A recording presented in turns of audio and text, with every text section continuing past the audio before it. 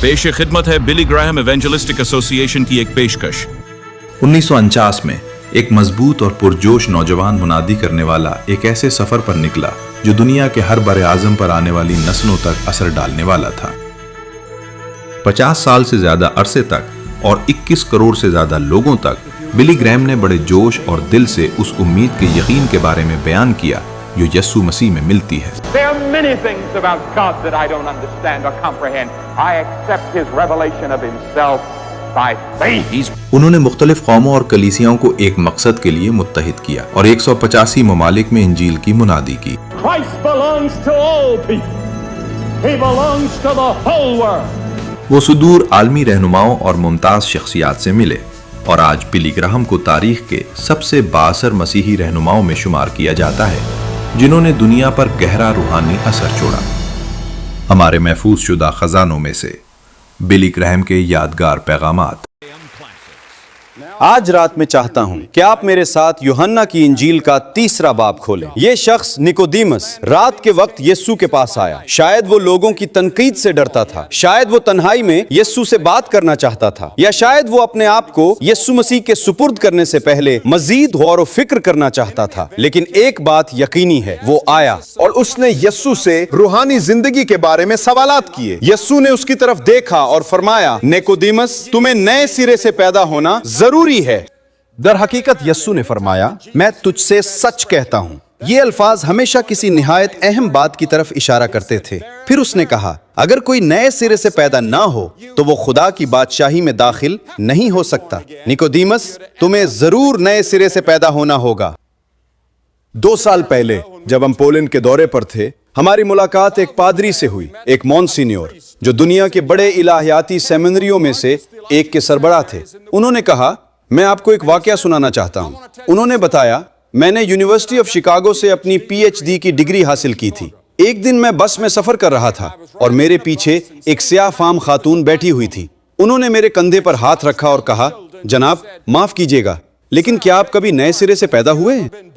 میں نے جواب دیا، میرا خیال ہے کہ میں ہو چکا ہوں، میں ایک پادری ہوں۔ اس عورت نے کہا، جناب میں نے یہ سوال نہیں پوچھا تھا، میں نے آپ سے پوچھا تھا کیا آپ نئے سرے سے پیدا ہوئے ہیں؟ میں نے کہا جی میں، لیکن اس نے پھر پوچھا، کیا آپ نئے سرے سے پیدا ہوئے ہیں؟ پھر اس نے بتایا کہ وہ واپس یونیورسٹی میں اپنے کمرے میں گیا، اپنی بائبل نکالی اور یوحنا کی انجیل کے 3 باب کو دوبارہ پڑھا۔ یہ عبارت اس کے دل میں اتر گئی اور اس نے کہا کہ وہ گھٹنوں کے بل گر گیا اور اس نے مسیح کے ساتھ ایک ایسا تجربہ کیا جسے وہ کبھی بھلا نہ سکا۔ پھر اس نے کہا، میری الہیاتی تعلیم تو یہ کہتی ہے کہ شاید میں کسی اور وقت نئے سرے سے پیدا ہوا تھا، لیکن میرے ساتھ کچھ ہوا تھا۔ آپ اسے جو چاہیں نام دے دیں، سپردگی، دوبارہ عہد، تبدیلی یا کچھ اور، لیکن ایک بات یقینی ہے، میرے ساتھ واقعی کچھ ہوا تھا۔ آج رات میں آپ سے ایک سوال پوچھنا چاہتا ہوں، کیا ایسا کبھی آپ کے ساتھ ہوا ہے؟ آپ اسے جو چاہے نام دے دیں، تبدیلی، سپردگی، توبہ یا ایمان، لیکن اصل سوال یہی ہے کہ آپ نے کبھی مسیح کے ساتھ ایسی ملاقات کی ہے جس نے آپ کی زندگی بدل دی ہو؟ آپ شاید ایک عرصے سے مسیحیت کے بارے میں سوچ رہے ہوں، لیکن کیا آپ نے واقعی اپنے دل سے یسوع مسیح کو قبول کیا ہے؟ یسوع نے فرمایا، تمہیں نئے سرے سے پیدا ہونا ضروری ہے۔ اپنے دل سے آغاز کریں اور آسمان سے نئی پیدائش پائیں۔ آپ کی زندگی بدل سکتی ہے، ایک انسان، ایک خاندان، ایک ملک، حتیٰ کہ دنیا بھی، اور یہ تبدیلی آپ سے شروع ہو سکتی ہے۔ نیکودیمس یقیناً حیران ہوا ہوگا جب یسوع نے اس سے کہا، تمہیں نئے سرے سے پیدا ہونا ضروری ہے۔ یہ بات اگر زکائی جیسے محصول لینے والے سے کہی جاتی تو سمجھ میں آتی، لیکن نیکودیمس تو ایک بڑا مذہبی رہنما تھا۔ بائبل کہتی ہے کہ وہ دولت مند اور نہایت مذہبی تھا، پھر بھی سچائی کی تلاش میں تھا۔ آپ میں سے کتنے لوگ چرچ جاتے ہیں لیکن پھر بھی سچائی کی تلاش میں ہیں؟ شاید آپ کے دل میں اب بھی ایک خالی جگہ موجود ہے اور آپ کے باطن میں کچھ آپ کو بتاتا ہے کہ آپ ابھی تک خدا کے ساتھ درست تعلق میں نہیں ہیں۔ نیکودیمس ہفتے میں 2 دن روزہ رکھتا تھا، ہر روز دعا کرتا تھا اور اپنی آمدنی کا 10واں حصہ دیتا تھا۔ پھر بھی اسے یسوع کی یہ بات سننی پڑی، تمہیں نئے سرے سے پیدا ہونا ضروری ہے۔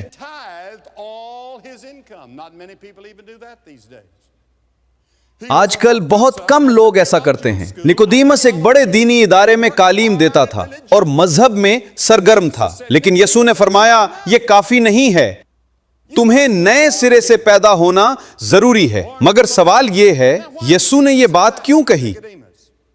کیونکہ یسوع نکودیمس کے دل کو جانتے تھے۔ انہوں نے دیکھا کہ وہ مذہب تو رکھتا تھا، لیکن ابھی تک خدا کے ساتھ حقیقی رفاقت سے محروم تھا، یعنی خدا کے ساتھ حقیقی رفاقت۔ دنیا میں ہماری بہت سی پریشانیوں کی جڑ کیا ہے؟ جھوٹ، نفرت، تعصب اور ناانصافی۔ یسوع نے فرمایا جو باتیں انسان کے منہ سے نکلتی ہیں وہ اس کے دل سے نکلتی ہیں۔ اصل مسئلہ ہمارے دل میں ہے اور ہمارے دلوں کو بدلنے کی ضرورت ہے۔ ماہر نفسیات، سماجیات کے ماہرین اور ذہنی معالج بھی اس بات سے اتفاق کرتے ہیں کہ انسان کے اندر کچھ نہ کچھ خرابی موجود ہے۔ کلام مقدس اس حقیقت کو بیان کرنے کے لیے کئی الفاظ استعمال کرتا ہے، لیکن آج میں صرف 3 الفاظ کا ذکر کروں گا۔ ان میں سے ایک کو خلاف ورزی کہا جاتا ہے۔ کلام مقدس کے مطابق گناہ خدا کی شریعت کی خلاف ورزی ہے۔ کیا آپ نے کبھی خدا کے کسی حکم کو توڑا ہے؟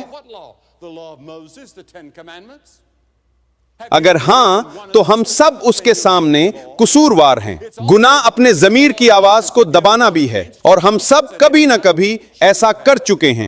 اور اگر آپ مسلسل اپنے ضمیر کے خلاف چلتے رہیں تو وہ آہستہ آہستہ بے حس ہوتا جاتا ہے، یہاں تک کہ ایک وقت آتا ہے جب وہ مردہ سا ہو جاتا ہے۔ پھر ضمیر وہ محفوظ رہنما نہیں رہتا جس پر آپ بھروسہ کر سکیں، کیونکہ بار بار اس کے خلاف چلنے نے اس کی آواز کو مدھم کر دیا ہوتا ہے۔ اور پھر خدا کا یہ حکم آتا ہے، خداوند اپنے خدا سے اپنے سارے دل، ساری جان، ساری طاقت اور ساری عقل سے محبت رکھ، اور اپنے پڑوسی سے اپنے برابر محبت کر۔ کیا ہم نے ہمیشہ ایسا کیا ہے؟ نہیں۔